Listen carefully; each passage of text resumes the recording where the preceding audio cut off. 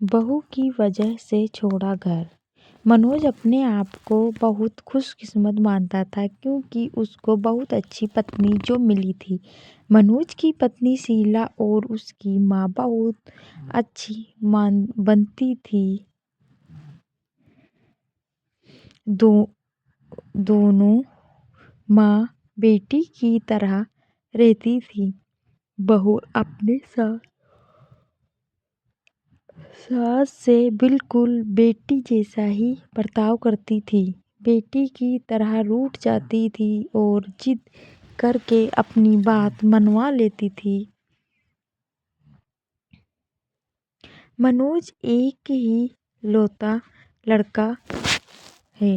मनोज के पिताजी नहीं है। मनोज की आर्थिक स्थिति इतनी अच्छी नहीं है, लेकिन घर में शांति और प्यार होने के कारण वह मेहनत करके अच्छे से अपना घर चला रहा है।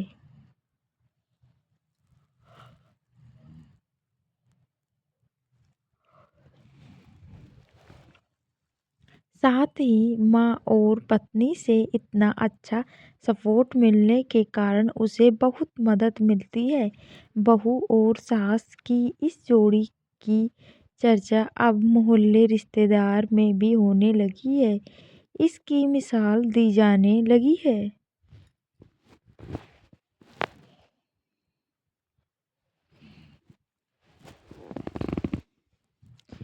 कुछ लोग जलते भी थे, कुछ कहते कि यह सब शुरुआत में होता है। थोड़ा समय जाने पर सारा प्यार खत्म और बहू अपने रास्ते और सास अपने रास्ते।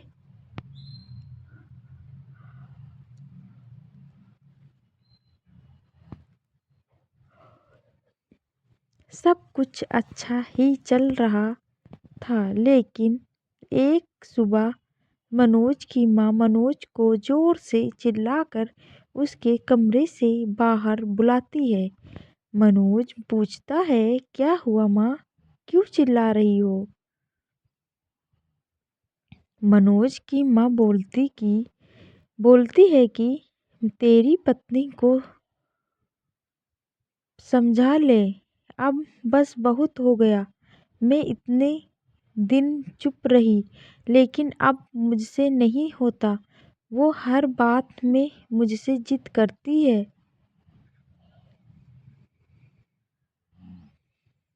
माँ ने शायद ही इतनी जोर से आज तक चिल्लाया होगा।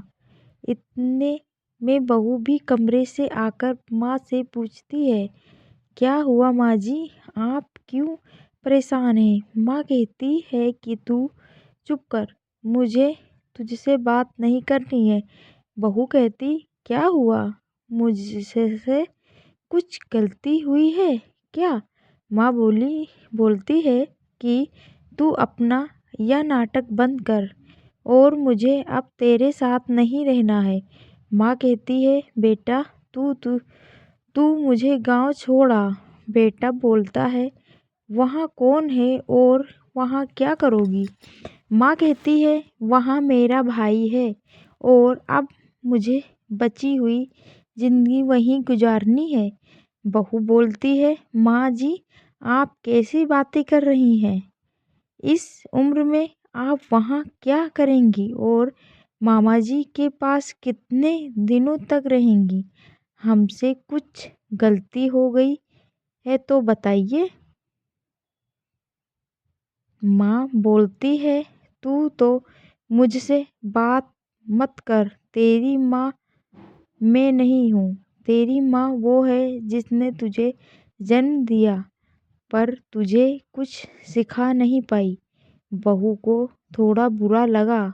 माँ जी आप क्या कुछ भी बोल रही हैं? आपकी तबीयत ठीक है? बेटा बोलता है, माँ तुम आराम करो, हम शाम को बात करेंगे। माँ एकदम जिद पर अड़ जाती है, मुझे अभी गांव छोड़कर आ, अब मुझे यहाँ नहीं रहना।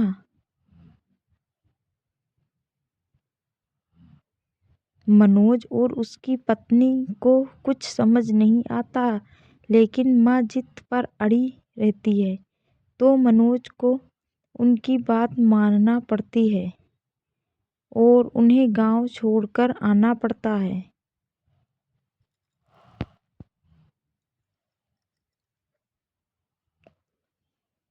घर आकर फिर वो अपनी पत्नी से बात करता है और उसे पूछता है कि तुमने उन्हें कुछ कहा क्या जो माँ जी इतनी बिगड़ गईं? शीला बोलती है, इस उम्र में अक्सर यह होता, चिड़चिड़ापन आ जाता है। हम 2 दिन बाद माँ जी को वापस ले आएंगे, आप चिंता मत करो।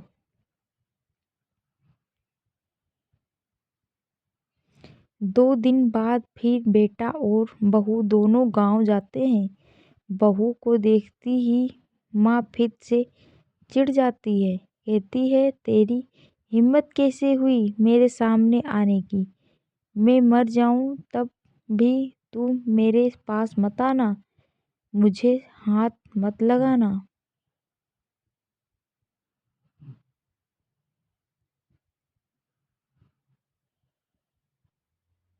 बहू को यह सुनकर जोर से रोना आ जाता है। वो रोते हुए कहती है कि आप यह क्या अन- अनाप शनाप बोले जा रही हैं? मैंने ऐसा क्या कर दिया है जो आप इस तरह नाराज हो हैं गई?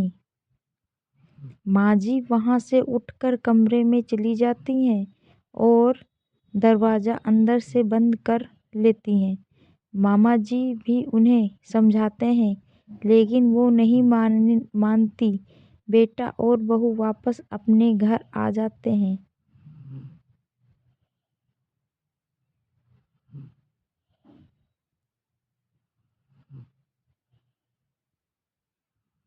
बहू अपने कमरे में बैठी रोती रहती है। मनोज भी कुछ समझ नहीं पाता है। माँ जी को गए अब 15 दिन हो गए। इतने दिन तक उनसे दूर ना बेटा रहा ना बहू। मनोज की पत्नी उन्हें फिर गांव जाने को कहती है और कहती है जैसा मैं बोलूं वैसा वहां जाकर कहना। मनोज जाता है और माँ को कहता है, माँ तुम्हारी बहू सीढ़ी पर से गिर गई है और 5 दिन से तुम्हें याद कर रही है।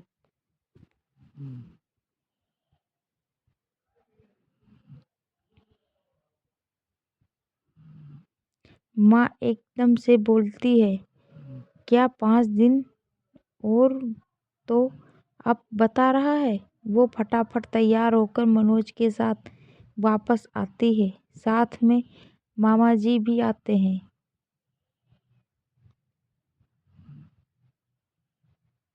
माँ घर पहुंचकर जोर से पुकारती हुई दरवाजे से आती है, बहू बहू। और बहू के कमरे में जाकर बिस्तर पर सोई बहू के गले लग जाती है और रोने लगती है। बहू भी माँ जी से मिलकर रोती है। फिर बहू कहती है, जब आप इतना प्यार करती हैं तो वहाँ क्यों बैठी हैं 15 दिन से?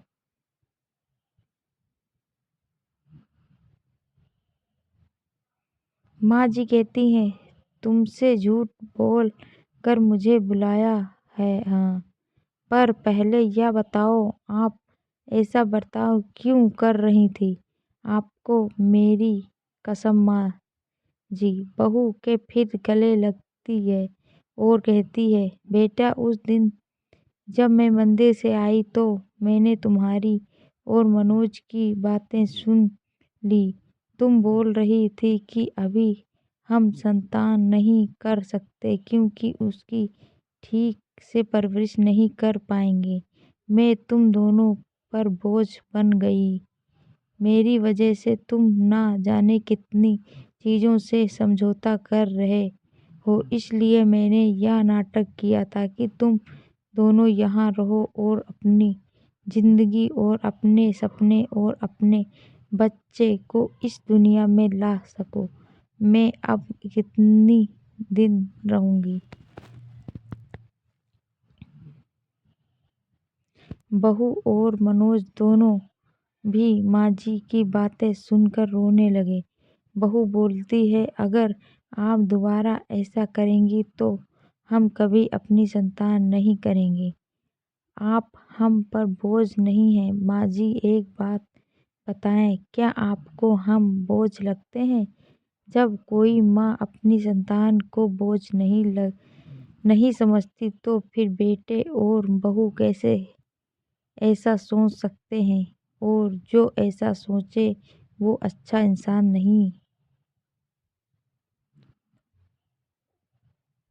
मनोज कहता है, माँ अब तुम भी यही रहोगी और समय आने पर दादी भी बनोगी। पुराना परिवार तोड़ कर नया परिवार नहीं बनता, सबको साथ लेकर बनता है। साथ रहेंगे तो सब अच्छा होगा। फिर माँ जी वहीं अपने बेटा और बहू के साथ फिर रहने लगी। आपको यह कहानी कैसी लगी हमें कमेंट कर ज़रूर बताएं।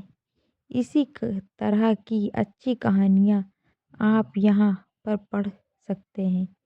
यहाँ उपस्थित शिक्षाप्रद कहानियाँ आपका मनोरंजन करने के लिए साथ दिशा भी देंगी। तो बने रहिए हमारे साथ और हमारे प्रयास को सफल बनाएं।